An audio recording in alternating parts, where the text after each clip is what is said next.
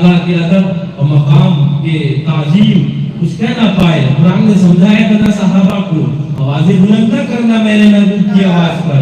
قرآن نے ادب سکھایا تھا کہہ نہ پائے. آقا نے نماز مغرب ادا فرمائی. فصل العشاء مؤذن نے اذان دی.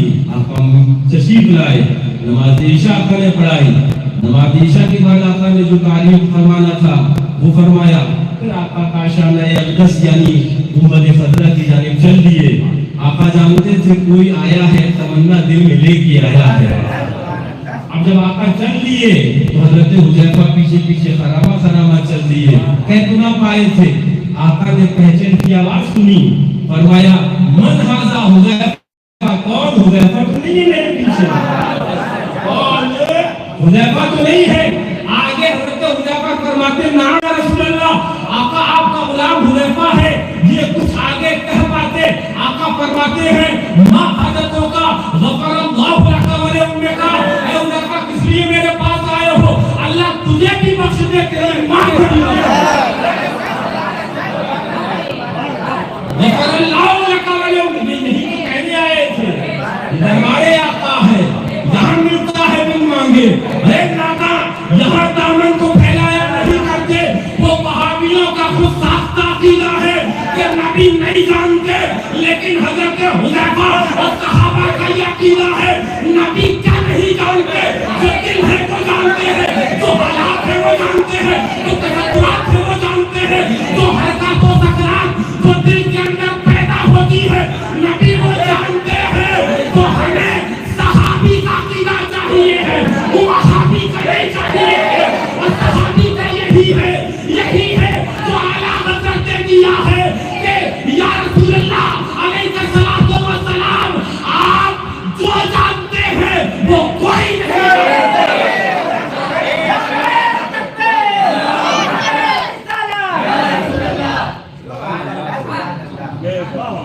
غفر اللہ لک ولامک. اللہ تیری بھی بخشش کر دے. تیری اچھا عقیدہ کیا میرا یہ کہتے ہیں کہ کیا مانگنے جا رہا ہوں. مانگنا اللہ سے مانگو. صحابی نے کہا اگر جنت بھی مانگوں گا تو رسول اللہ سے مانگوں گا. صحابی کا عقیدہ یہ صحابی کا عقیدہ. اگر جنت بھی مانگوں گا تو رسول اللہ سے مانگوں گا. آقا نے فرمایا میں آج دوں گا. اب جو لینے آنا تھا تو مل گیا بغیر کہے. ماں کی بھی بخشش ہو گئی. اپنی بھی بخشش جنت کا سرٹیفکیٹ مل گیا. اب آگے انہوں نے کیا کہنا تھا ہے نا کہ جھولی ہی میری تنصیب ہے کیا ان سے مانگتا. وہ تو کہتے رہے مانگ ذرا اور بھی کچھ مانگ. وہ تو کہتے رہے مانگ ذرا اور بھی کچھ مانگ. اعلیٰ حضرت فرماتے ہیں رضی اللہ تعالیٰ بن مانگے دینے والے کی نعمت میں غرق ہے. مانگے سے جو ملے کس سے فہم اس قدر کی ہے.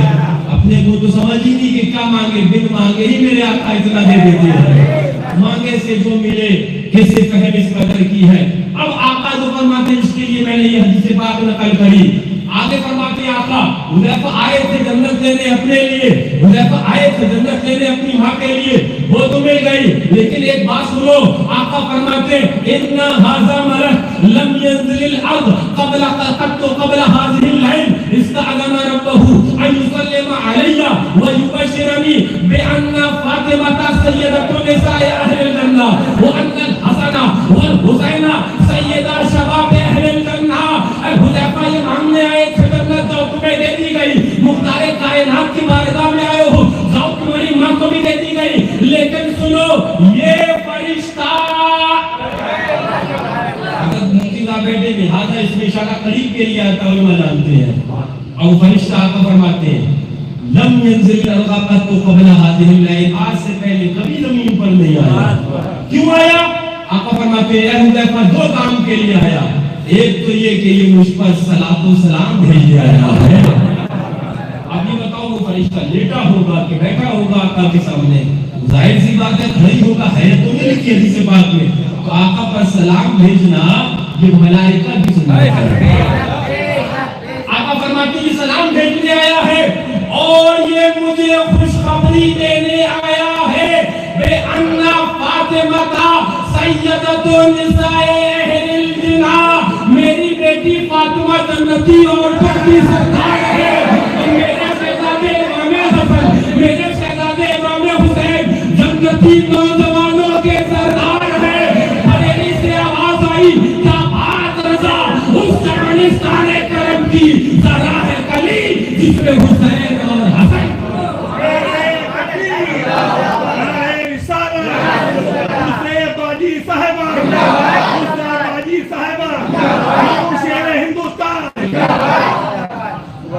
وہ سبحان اللہ صرف 10 عشرہ مبشرہ نہیں ہے. حضور نے وہ بھی جو ایک بیٹھک میں فرمایا تھا ابو بکر فی الجنہ عمر فی الجنہ ہے نا وہ بھی ہے. اور یہ امام حسن و حسین بھی ہیں جنہیں جنت کی خوشخبری دی گئی. ان کی والدہ بھی ہے اور یہ خوشخبری بھی دی گئی اور یہ بھی بتایا گیا یہ جنتی عورتوں کی سردار بھی ہے. یہ جنتی مردوں کے نوجوانوں کے سردار بھی ہے. ایک حدیث پاک یاد آئی. ایک صحابی ہے رضی اللہ تعالیٰ میرے اعلیٰ حضرت فاضل بریلوی رضی اللہ تعالیٰ نے اپنی فتاوی کے اندر اس حدیث پاک کو نقل کیا. اور آخری بات آقا اتباع کی خدمت کرتے ہیں فرماتے ہیں کن تو ابھی تمہارا رسول اللہ صلی اللہ علیہ وسلم میں آقا کی خدمت میں رہا کرتا تھا. تو آتے ہی تو بے وضو ہی بحاجت ہی آقا حکم فرماتے ہیں آقا کے لیے وضو کے لیے پانی لے کے آتا. جو آقا حکم فرماتے ہیں اس پر تعمیل کرتا. فرماتے ہیں کہ ایک روز میں لے کے آیا پانی تو آقا نے فرمایا صل یا ربیہ اے ربیہ مان کیا مانگتا ہے اے ربیہ مان کیا مانگتا ہے. وہابیت فنا ہو گئی جو بندیت دفن ہو گئی نجدیت ختم ہو گئی. یہ کہتے کہتے ان کی ایڑیاں پھر گئی کہ جو مانگنا اللہ سے مانگو اور رسول اللہ کہے اے ربیہ مان بتا کیا مانگتا ہے. اس لیے رب نے مجھے محتاج نہیں بلکہ مالک کائنات. ہم نے عقیدہ قرآن سے لینا ہے. ہم نے عقیدہ حضور سے لینا ہے. ہمیں تو حضور نے عقیدہ دے دیا نا. لیجئے تقویت الایمان کا تو گلے ہی گھل گیا. وہ تو سسکیاں لینے لگ گئی. تقویت الایمان وینٹیلیٹر پہ چلی گئی ہے. ہاں سنیے سنیے آقا فرماتے ہیں صلی یا ربیہ ربیہ مان کیا مانگتا ہے. اچھا وہ بھی صحابی وہابی تو نہ تھے صحابی تھے. انہوں نے نہیں کہا حضور تو مانگنا اللہ سے مانگوں گا اللہ سے مانگوں گا. نہیں جانتے تھے دین ملا رسول اللہ سے ملا ہے. ہم پیدا کیے گئے ان کے صدقے میں پیدا کیے گئے. زمین و زمان تمہارے لیے مکین و مکہ تمہارے لیے چنین و چنا تمہارے لیے بنے کو کہاں تمہارے لیے رحم میں صبح تمہارے لیے بدن میں حیضان تمہارے لیے ہم آئے یہاں تمہارے لیے اٹھے بھی وہاں تمہارے لیے. حضرت ربیہ سے جب آقا نے کہا ربیہ مانگتے مانگتا ہے یہ نہیں کہا کہ آقا مانگنا اللہ سے مانگ لوں گا. اسألوکا آقا آپ سے مانگتا ہوں مرافقتک فی الجنہ. آقا دنیا میں جیسے نبھا لیا نا آقا دنیا میں جیسے نبھا لیا دنیا میں اپنے ساتھ رکھ لیا جنت میں بھی اپنے ساتھ رکھ لیا. اسألوکا مرافقتک فی الجنہ. آقا جنت میں آپ کا ساتھ مانگتا ہوں. آقا فرماتے ہیں اے ربیہ یہ دے دیا گیا اب غیر ذالک کا اور کیا چاہیے.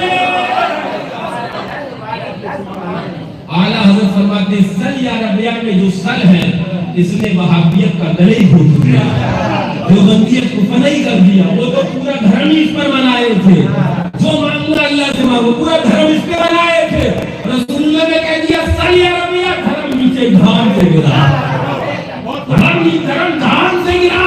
اور الحمدللہ ہمیں جو رضا نے دیا ہے جو شیر سنت نے سمجھایا ہے ان شیطان کان کے قدموں سے لگ کر جو ہمیں دین ملا وہ وہی ملا جو صحابہ نے دیا تھا وہی ملا جو رسول اللہ نے صحابہ کو دیا. ہے ان کے واسطے کہ خدا کچھ عطا کرے ہے ان کے واسطے کہ خدا کچھ عطا کرے. ہاشا غلط غلط یہ روش بے بسر کی ہے. ہاشا غلط غلط یہ روش بے بسر کی ہے. وہی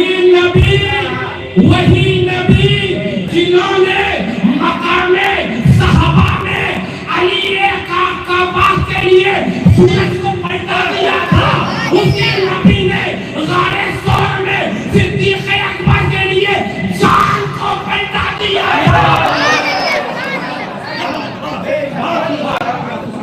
صحابہ میں سورج کو پلٹایا تھا غار ثور میں جان کو پلٹایا تھا، صدیق بل کے غار میں جان ان پہ دے چکے، وہ اپنے طرف کا کام مکمل کر چکے تھے، اپنی طرف کا کام مکمل کر چکے تھے، وہ تو احمد مختار تھے نا، وہ تو سید الابرار تھے نا، کہ اے صدیق فکر نہ کرو، تم احمد مختار کی گود کے اندر، تم سائے کے اندر احمد مختار کے ہو، جان کو پلٹا دیا، جان کو پلٹا دیا۔ مقام صحابہ بھی بتا رہا ہے کہ نبی اختیار والے ہیں، اور مقام غار ثور بھی بتا رہا ہے نبی مختار کائنات والے ہیں۔ امام مسلم کی حدیث پاک ابھی پرسوں میں میری نظر سے گزری، حضرت مولا کائنات کرم اللہ تعالی وجہہ الکریم، ذرا زور سے تو کہہ دو سبحان اللہ۔ مقام اللہ اکبر، خیبر کا مقام اللہ اکبر، آقا فرماتے ہیں کہ جھنڈا صحابہ جاتے تھے، فتح نہ ہوتا تھا خیبر، واپس آتے تھے، جاتے تھے خیبر، فتح نہ ہوتا تھا، واپس آتے تھے۔ آقا نے فرمایا کل میں یہ جھنڈا اسے دوں گا یحب اللہ ورسولہ، یحب اللہ ورسولہ ویحبہ اللہ ورسولہ، اللہ اس کے رسول سے وہ بڑا محبت کرتا ہے اور اللہ اس کے رسول اس سے بڑی محبت کرتے ہیں۔ یحب اللہ ورسولہ ویحبہ اللہ ورسولہ، اللہ اس کے رسول اس سے بڑی محبت کرتے ہیں، اللہ اس کے رسول سے وہ بڑی محبت کرتا ہے۔ صحابہ فرماتے رات بھر صحابہ میں چرچا رہا، کاش کہ وہ جھنڈا ہمیں مل جائے۔ کیا شان ہے، آقا نے کیا شان فرما دی کہ اللہ اس کے رسول سے وہ بڑی محبت کرتا، اللہ اس کا رسول اس سے بڑی محبت فرماتے۔ آقا نے فرمایا اس کے ہاتھ پر کل جنگ خیبر کی فتح ہو جائے گی۔ علم غیب یہاں بھی بتا دیا آقا نے، ابھی تک بتایا نہیں تھا، بتایا جھنڈا کسے دوں گا وہ بھی بتا دیا، اور کل ہی خیبر فتح ہوگا یہ بھی بتا دیا۔ اسی کو تو علم غیب رسول اللہ کہا کرتے ہیں، اسی کو علم غیب رسول اللہ کہا کرتے ہیں۔ نماز فجر ہو رہی ہے، ہر صحابی کی سے تمنا یہ بیٹھا کہ اے کاش وہ جھنڈا ہمیں مل جائے، اے کاش وہ علم ہمیں مل جائے۔ ذرا زور سے آقا نے بلایا حضرت مولا کو، جیسے ہی سلام پھیرا، این علی بن ابی طالب، یہ بتاؤ علی کہاں ہے؟ چشمان رسول اللہ علی کو تلاش رہی ہے۔ حضرت مولا تشریف پر صحابہ نے عرض کی آقا ان کی آنکھیں دھوکائی ہیں، آنکھیں دھوکائی ہیں۔ آقا نے کہا بلاؤ۔ حضرت مولا کائنات کرم اللہ تعالی وجہہ الکریم، میاں نام لے لو تو گھروں کے اندر برکتیں آ جائیں، نام لے لو تو بلائیں دور ہو جائے، نام لے لو تو بجائے تعویذ کے کام کرنا جائے۔ مولا کائنات تشریف لائے، آقا آنکھیں دھوکائی ہیں۔ آقا فرماتے ہیں گھبراتے کیوں ہو، مختار کائنات کے سامنے ہے نا۔ لعاب بہن نکالا آقا نے، لعاب پیر پاک نکالا، حضرت مولا کی آنکھوں پر لگا دیا۔ فرماتے آقا علی کیسا کافر ہو؟ فرماتے پہلے سے بہتر دیکھتا ہوں۔ توجہ توجہ توجہ، وہی حضرت علی کرم اللہ تعالی وجہہ الکریم جب خانہ کعبہ کو پاک کرنا تھا تبھی بھی آقا انہیں ساتھ لے کے آئے تھے۔ کعبے کی طرف سجدہ کرنے والے بتاؤ کعبے کو پاک کس نے کیا تھا؟ یہ بھی تو بتاؤ کعبے کو پاک کس نے کیا تھا؟ جب تشریف فرما ہوئے تھے گوشے حضور پر، آقا نے فرمایا تھا علی کیا دیکھتے ہو؟ کہا آسمان والوں کی آوازیں میرے کان میں آ رہی ہے، اور تحفظ کرا کرتے کہا ہوں میں کہنے لگ گیا جب آقا کی دوست پر علی بیٹھے تھے، آسمان سے لے کر تحفظ کرا تک دکھا دیا۔ آج نبی نے آنکھوں میں لعاب لگایا ہے، کیا دکھایا یہ علی جانے، دکھانے والے نبی ہے۔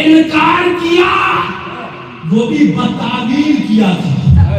احادیث اٹھا کے دیکھیں وہ جو زکات کا انکار کیا تھا تعویل کے ساتھ کیا تھا کہ چونکہ قرآن میں آیا نبی نے مانگا نا اب نبی تو رہے نہیں تو زکات معاملہ ختم ہو گیا.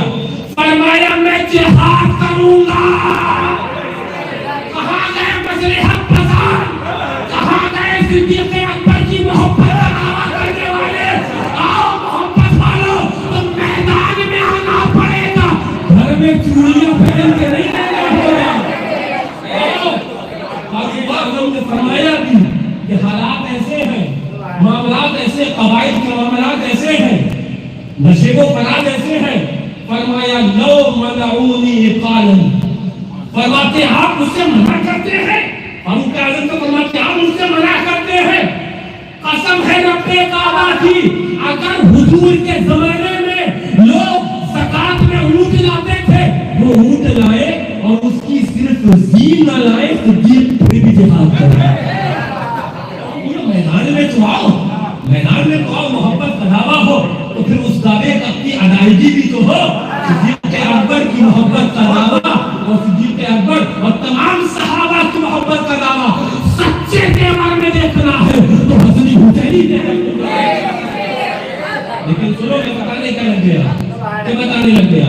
حضرت صدیق اکبر رضی اللہ تعالیٰ, حضرت فاروق اعظم رضی اللہ تعالیٰ, بات دوسری طرف چلی جائے گی. میں وہ حدیث پاک مکمل کر دوں جو ادھر بیان کری تھی. کیا آقا نے فرمایا صلی ربیہ مان کیا مانگتا ہے. حضرت ربیہ نے فرمایا اسألک مرافقتک فی الجنہ, آقا جنت میں آپ کا ساتھ چاہیے ہے. میں نے نور شیر ہندوستان سے واقعہ سنا, بارہا سنا, اور وہی میں آپ کو بیان کرنے لگ گیا. یہ کون ہے؟ حضرت محمود و ایاز ہے. آپ نے کہا تھا سل. اچھا یہاں پر ایک بات ذہن سے نکل گئی, بیان کر دوں گا. حضرت شیخ عبدالحق محدث دہلوی اس حدیث کی شرح میں فرماتے ہیں آقا نے یہ فرمایا سل یا نبویا. آقا نے اختیار کلی دیا, مکمل اختیار دیا. یہ نہیں کہا کہ یہ مانگو کہ یہ مانگو کہ یہ مانگو, بلا تشبیہ بلا تمثیل. میں جن چیزوں پر اختیار رکھتا ہوں انہی کو مانگنے کا آپ کو اجازت دے سکتا ہوں. اب میں کہوں آپ جو چاہو مانگو, آپ کہو کہ ہندوستان کی حکومت دے دو تو کہوں گا ہمارے بس میں نہیں, خواب کو باندھے دوں گا. میں اپنے جہاں تک میرے اختیارات حدود ہیں انہی کے دائرے میں رہ کر کہہ سکتا ہوں ان چیز پر میری ملکیت ہے, ان چیز پر میری ملکیت ہے, ان چیز میں سے جو چاہو مانگ لو. حضرت شیخ عبدالحق محدث دہلوی فرماتے ہیں آقا نے جب مطلق طور پر کہا نا کہ اے ربیہ مان کیا مانگتا ہے, اس سے آقا نے یہ بھی میسج دے دیا دنیا ہو کہ آخرت ہو, جنت ہو کہ دنیا ہو, ہر چیز کا مالک میں ہوں.